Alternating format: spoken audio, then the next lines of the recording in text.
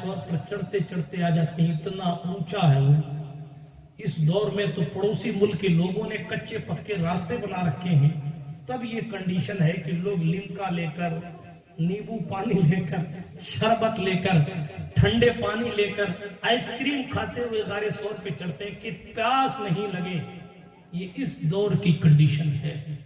اس دور میں کیا ہوگا جب راتوں رات حضور نکلے تھے؟ اس دور کو کیسے بھلایا جا سکتا ہے جب ایک مصطفیٰ ہیں، دوسرے جانشین مصطفیٰ ہیں، تیسرا کوئی نہیں،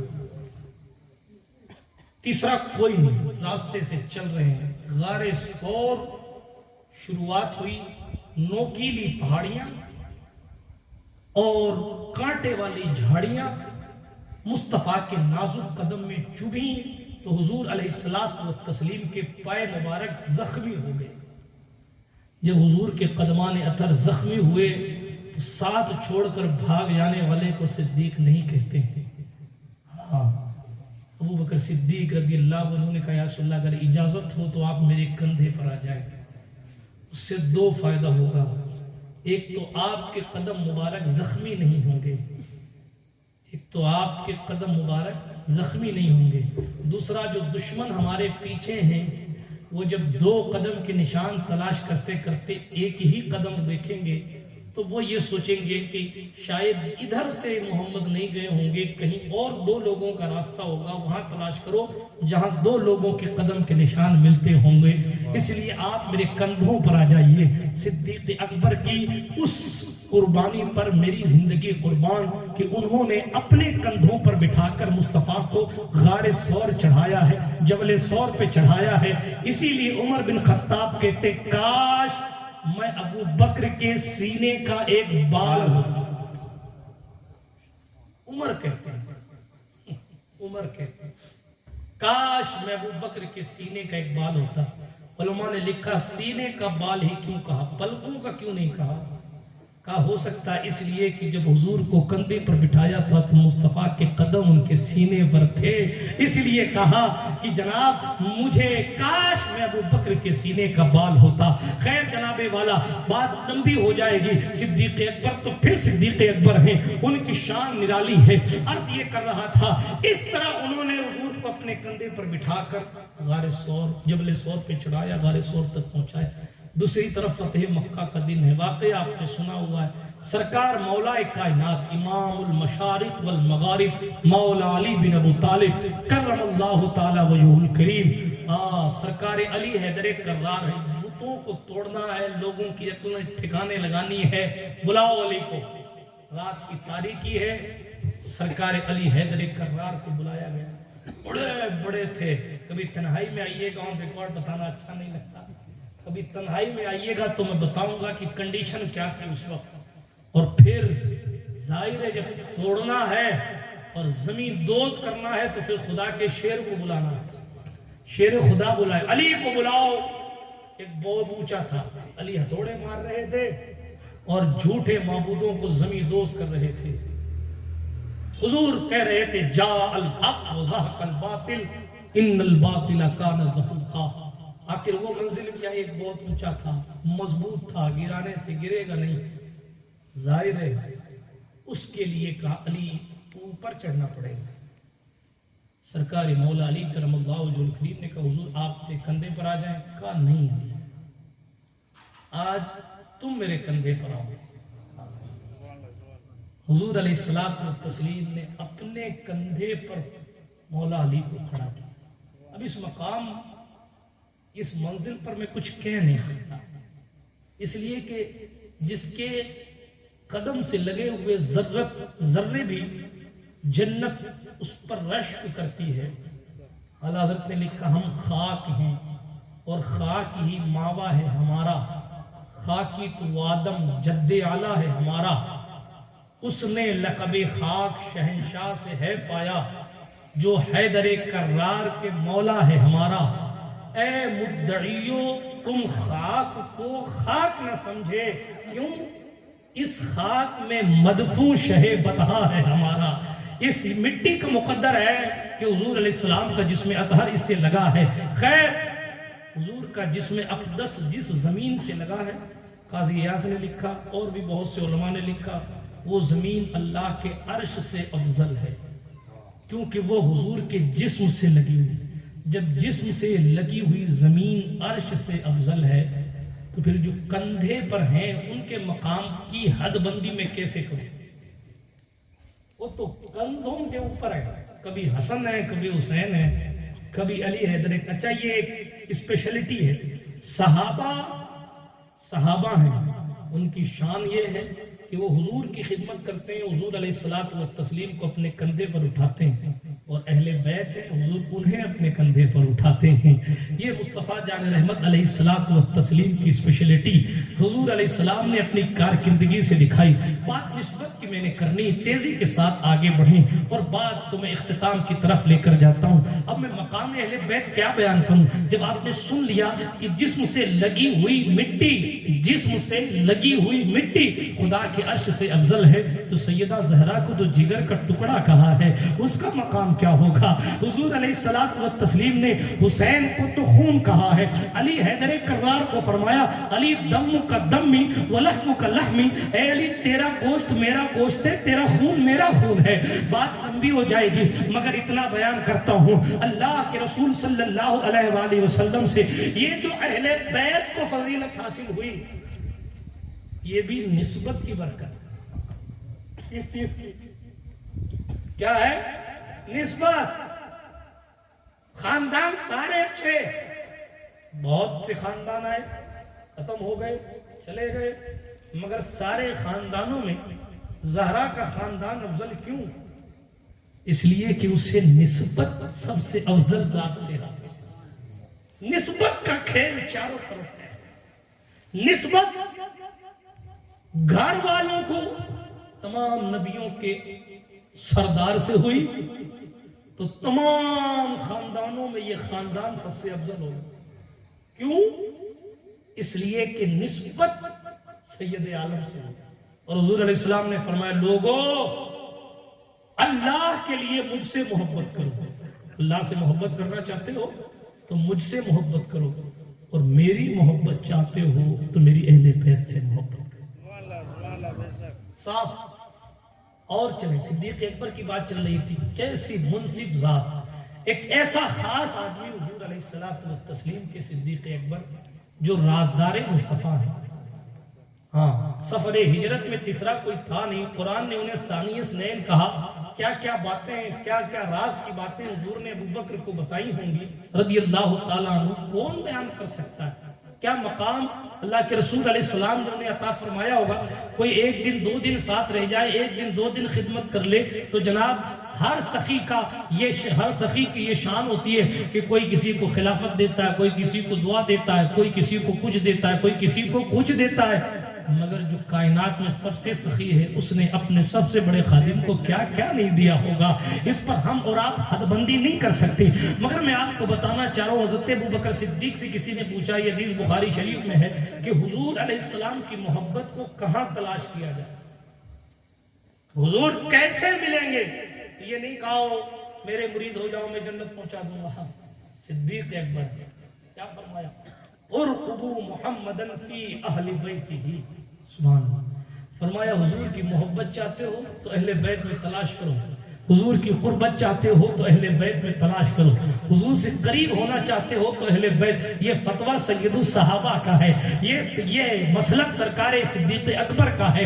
انہوں نے فرمایا ہے کہ جناب والا سرکار مدینہ علیہ السلام سے قریب ہونا ہے تو جناب حضور کی اہل بیت کی خدمت کرو، حضور علیہ الصلوۃ والتسلیم کے اہل بیت سے محبت رکھو۔ میں بات کو تیزی کے ساتھ ختم کرنے لگا ہوں۔ نسبت کی باتیں تو ایک ایسا موضوع ہے کہ رات بھر اس پر گفتگو چلتی رہے گی اور بات ہوتی رہے گی، اس لیے کہ جناب والا شروع سے لے کے اب تک جدھر آپ نگاہ جمائیں گے، مدینہ اس لیے افضل نہیں ہے، مدینہ اس لیے افضل نہیں ہے کہ وہ عرب میں آتا ہے، مدینہ اس لیے افضل ہے کیونکہ حضور کا قدم وہاں ہے۔ قرآن کہتا ہے لا اقسم بہذا البلد وانت حل بہذا البلد، اے محبوب اس شہر کے قسم، کس شہر کی قسم؟ مکہ کی قسم کہ مدینہ کی قسم، طائف کی قسم یا جناب والا کسی اور شہر کی قسم؟ فرمایا وانت حل بہذا البلد، تم جہاں جہاں رہو گے اس شہر کی قسم، اس لیے کہ مکہ آپ کی جائے پیدائش ہے اس لیے بہتر ہے، مدینہ آپ کی آرام گاہ ہے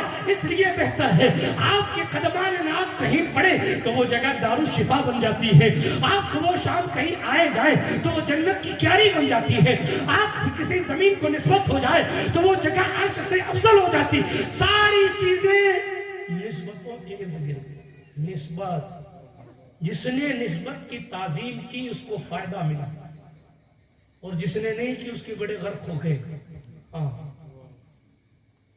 پھری کربلا میں ایک نے کھڑے ہو کر کہا حسین تم تو نواسے ہو، یہ میں اپنی طرف سے جوڑ رہا ہوں تاکہ بات آپ کو سمجھ میں آئے۔ اس نے صرف یہ کہا تھا حسین تم کو حضور سے کیا تعلق؟ کس سے کہا؟